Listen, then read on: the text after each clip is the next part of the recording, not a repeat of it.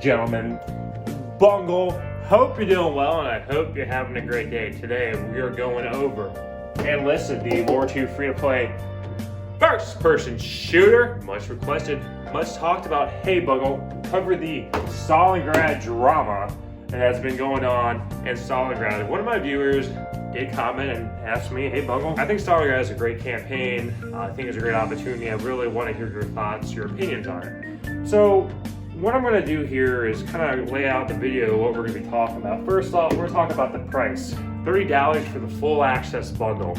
We're going to do, now keep in mind, I'm going to be some devil's advocate here with some things. I'll have my personal opinions on it as well, but pretty much talking about the full access bundle. Next, we're going to be talking about the monetization when we talk about kind of skins for tanks with different customizations that I kind of buried from War Thunder. And lastly, we're going to talk about the Xbox failure that's been going on currently in Enlisted. So without further ado, let's begin. Start off with the full access bundle. So if you're unfamiliar with the full access bundle for the Battle of Stalingrad campaign, pretty much if you want to go and have access to all the campaign levels as you go and grind through the campaign for Germany or for Russia, you're gonna have to forfeit $30. Now, there's kind of a lot of drama and a lot of players and users saying that Gaijin or Enlisted was kind of doing predatory pricing by saying, oh hey, it's 95% off if you pre-order this, because if you don't, it's gonna cost you $600. So really in reality right now, it was kind of a marketing tactic. Currently it's still $30, but going down to kind of what is the issue with the full access bundle. Well, one of the main problems, especially if you play Russia, you understand like the T-34s are locked behind the paywall. Like you will not be able to use a T-34 unless you go and pay $30. You will not be able to use a T-34 STZ or the regular T-34. You are stuck with the regular T-70 tank or whatever light tank you get. And once you get the KV-1, there you go. But yeah, so it's already kind of putting you behind. Keep in mind too, when the full access bundle, when you get it, you also have that big XP boost. And not only with that paywall thing, but also for soldier customizations and stuff. You can't research perks, you can't kind of really customize your soldier that much. It's very limited if you don't use the full access bundle. So kind of what's my take on it, right? Well, the thing is, and I said this before in other videos I've covered, I've said this before to some of my community members, is that money is relative to the user's value. So for you, $30, depending on your budget, may be a lot, may not be a lot, right? It's really up to the user. Now at the same time, however, should it be restrictive that in a free-to-play game that certain things are going to be cut off because you didn't pay $30?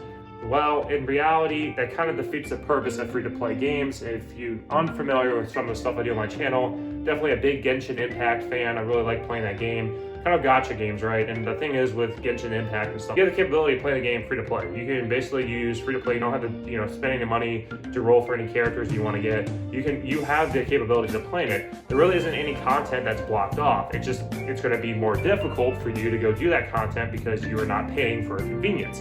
Whereas in here with this $30 bundle, you are basically walled off from content because you didn't fork over $30. So that's kind of the issue with this full act. If you go pay the $30, it's a great deal for you, right? You get the XP boost, everything like that. If you're free to play, because of certain reasons, you don't want to go pay the money, it's not, it's going to put a shirt in your budget, whatever, it's going to heavily restrict your experience in playing that campaign and really kind of defeats the purpose of it being, free to play. In my opinion, if they're really going to go in this route, they should have just walled it off and just made it only paid access only. The problem is when you have free to play and then you start really restricting some certain things, especially like tank, that can kind of change the balance or the performance of a match. Yes, that is kind of creeping into kind of quote pay to win territory. Now moving on to the next thing, are skins.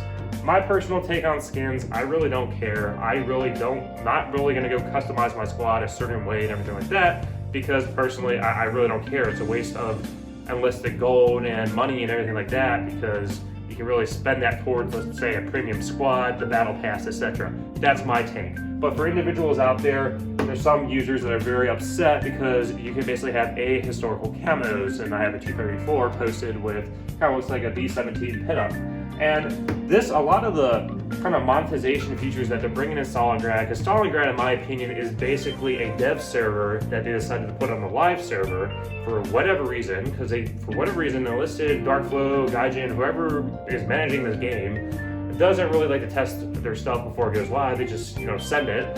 And from there, you're basically, as the user, given live feedback, like, this is not a good idea.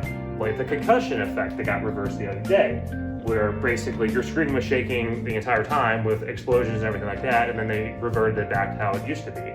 So with this monetization, with the skins and everything like that, you can customize your soldier or what you want to have. It's like 125 gold, 150 gold each. It can rack up pretty quickly, especially if you're doing like a 9-soldier squad and everything like that. Me personally, I don't really care. I'm staying away from it. I don't want to spend money on it. Does it extract my experience if I see someone drive around the battlefield in a Hello Kitty T-34 with pink flowers and everything like that? I mean, I really don't care personally at the end of the day. But for some users that are really, really into that and don't like this direction, I'm probably going to have to refer you to Hell Let Loose or maybe even Postscriptum, because those games are very dedicated to historical accuracy and authenticity. Now, moving down to the great Xbox. You're a failure! You're a fucking failure! You're a failure! You're a failure! You're a failure! Failure. I know this was reported by some of my users in my community. This is really shown heavily on the Enlisted Reddit. Pretty much, to sum up the Xbox situation or how it's going, is that, like I said, they don't do a dev server. Enlisted, Gaijin, Darkflow, whoever makes this game, doesn't do a dev server, so as a result, they just send it. And when they do it, just like everything else, it's shown to be a total shit show, pretty much a total shit show. And from there, with Xbox right now, a lot of the users, especially on next-gen console, we're talking about the Xbox Series S, Xbox Series X. The Series S, in my opinion, is okay, but the Series X is the top of the line, right? So we're talking about really good, powerful next-gen consoles that can't run this game because it's, unoptimized. And the Enlisted response is, what you need to do if you're on an Xbox Series X or S is download the Enlisted version that's designed for the Xbox One, and it should work fine. And obviously that's not working at all. It's still not working. There's a lot of issues. These players want to go play the game. They're part of the community. And I understand it's really frustrating because I've been in that boat before where you see an update come out for a game you really like to play, and you don't really can have access to it because there's certain stuff going on, like, exclusivity, like the PS3 and Xbox 360 days, where Battlefield will come out and they'll be exclusive to PlayStation for a bit or whatever, and you're on Xbox and you had to wait a couple months for something to come out. Yeah, it kind of gets frustrating, but with stuff like this where it's pretty simple that they just didn't test it, they didn't do a quality control, they just sent it. Yeah, that's kind of frustrating, and I totally understand the Xbox players and their position right now. Definitely, patch, in my opinion, should have just been delayed. There's a lot of bugs, especially with Normandy, with my bots just running off and doing their own thing, and I'm literally in the battlefield and my bots are like 3 clicks away, just climbing up and down stairs. Like, that shouldn't even be a thing. But yes, that is what's going on right now with the Stalingrad drama. Do I think the Stalingrad campaign is a great addition to Enlisted? Yes, I personally think they should have just taken Moscow, combined Stalingrad, and just had an Eastern Front campaign, so there would have been no questions asked, because a lot of these T-34s, KVs, or whatever, they were used in the Battle of Moscow as well, same with the Panzer F2, so really don't know what is going on, but that's my opinion, that's my 2 cents, that's for those who have been asking for my opinion, for Bungle's take on everything like that.